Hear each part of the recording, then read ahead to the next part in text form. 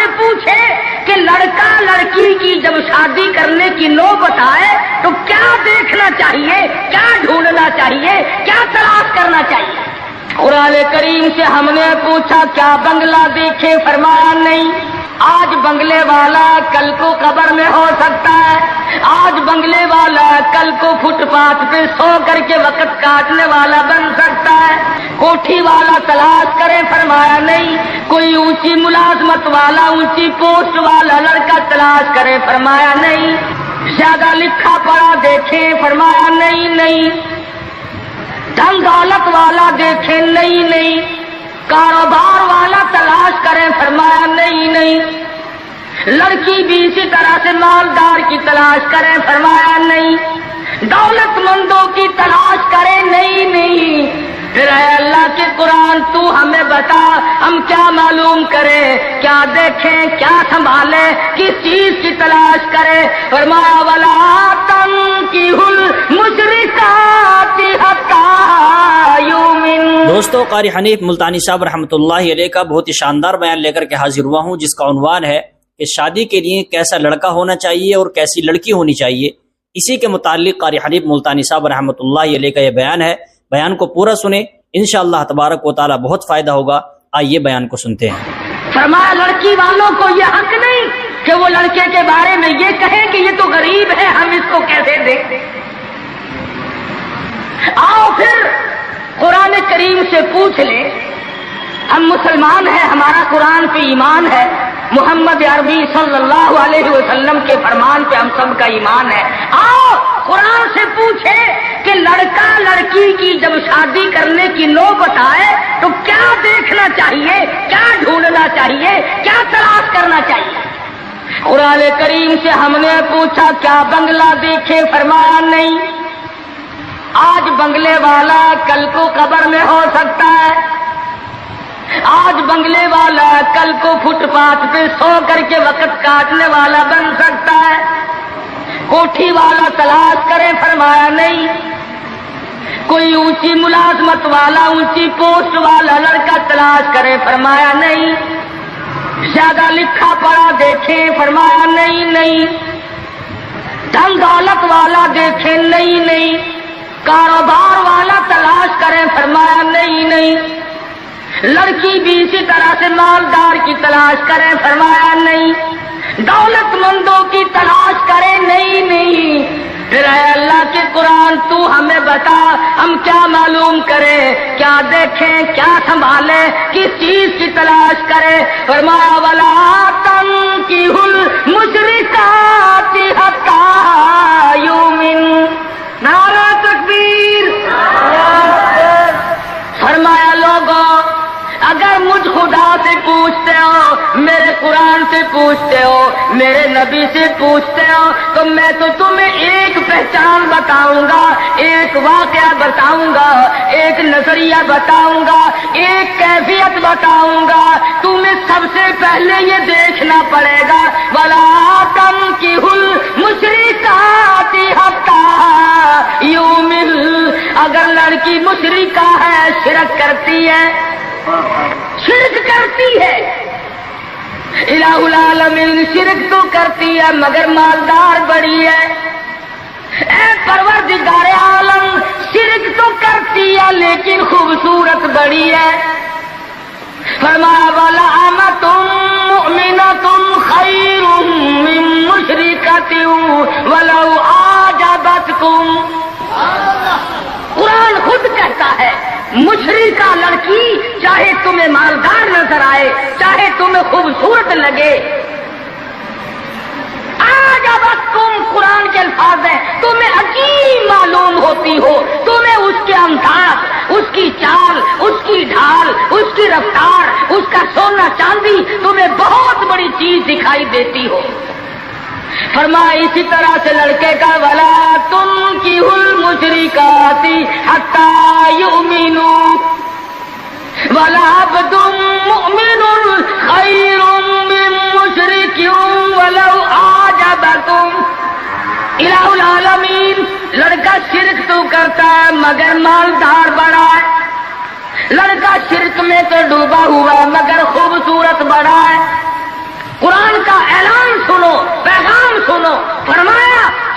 سے بچنا، سب سے پہلے لڑکے لڑکی کا عقیدہ دیکھنا.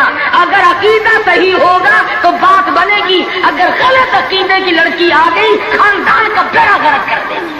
عادی ہو گئے فسق و فجور کی زندگی میں، اپنے آپ کو محو رکھنے کے عادی بن گئے. نام کے مسلمان رہ گئے، کام کے مسلمان قبروں میں چلے گئے. آج مردوں کو بھی عورتوں کو بھی تعجب ہوتا ہے. اس نے کہا بھائی آج یہاں کیا بات ہے کہ جی شادی ہوگی کہ یہ تو جلسہ ہے. شادی میں تو کسی فلمی ایکٹریس کا ناچ گانا بجانا ہونا چاہیے. تمہارے یہاں کراچی میں تو فلمیں دکھانی شروع کر دی. ساری گندولت کی بات ہے اور کچھ نہیں.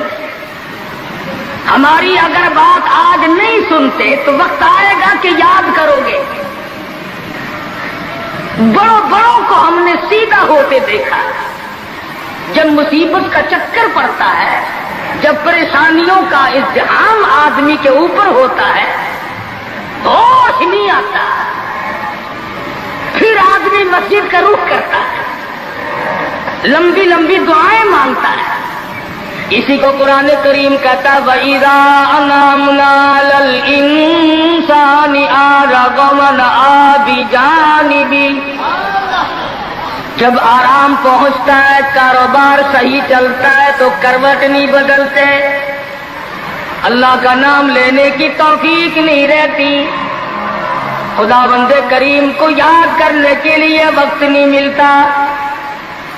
اتنا لمبا پہاڑ شادی کا بنا دیا، غریب آدمی کے بس کی بات نہ رہی. قرآن کریم کہتا ہے بادشاہت موجود ہو، دولت موجود ہو، سارا کاروبار صحیح چلتا ہو، وَإِذَا أَنْعَمْنَا عَلَى الْإِنسَانِ أَعْرَضَ وَنَأَىٰ بِجَانِبِهِ. اور جب مصیبت آئے وَإِذَا مَسَّهُ الشَّرُّ فَذُو دُعَاءٍ عَرِيضٍ. بڑی لمبی لمبی دعائیں مانگتا ہے، سجدے میں پڑھ کے روتا ہے اے پروردگار، او میرے رب میرے حال پہ کرم فرما. جب مصیبت چل جاتی ہے پھر خرمستی کرتا ہے. امام الانبیاء محبوب کبریا حضرت محمد مصطفیٰ صلی اللہ تعالی علیہ وسلم کی شادی کا وقت آیا. آپ بالکل نادار ہے، مفلس ہے، غریب ہے.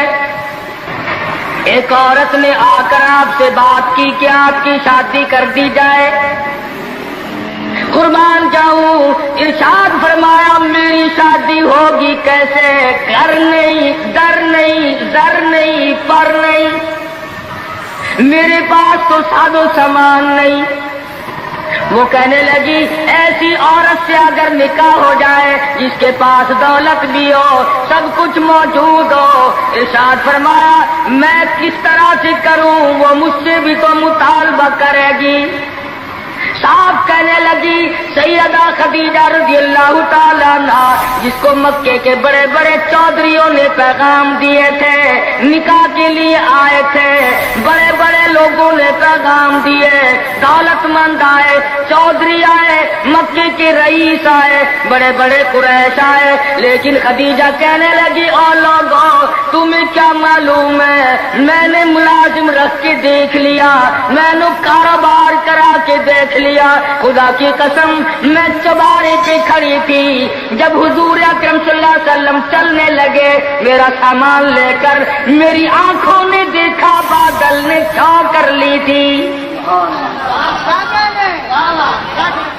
بادلوں نے چھاؤ کی، میری آنکھوں کے سامنے سورج کی تپش زیادہ تھی، حضور کے سر پہ آ کر بادلوں نے چھاؤ کی. اور لوگوں میں تو ان کے بادلوں کے چھاؤ میں آنا چاہتی ہوں. میں غریب بے شک ہے، وہ یتیم ہے، لاوارث ہے، ان کا کوئی نہیں، میں اپنے آپ کو ان کے قدموں پہ نثار کرنا چاہتی ہوں.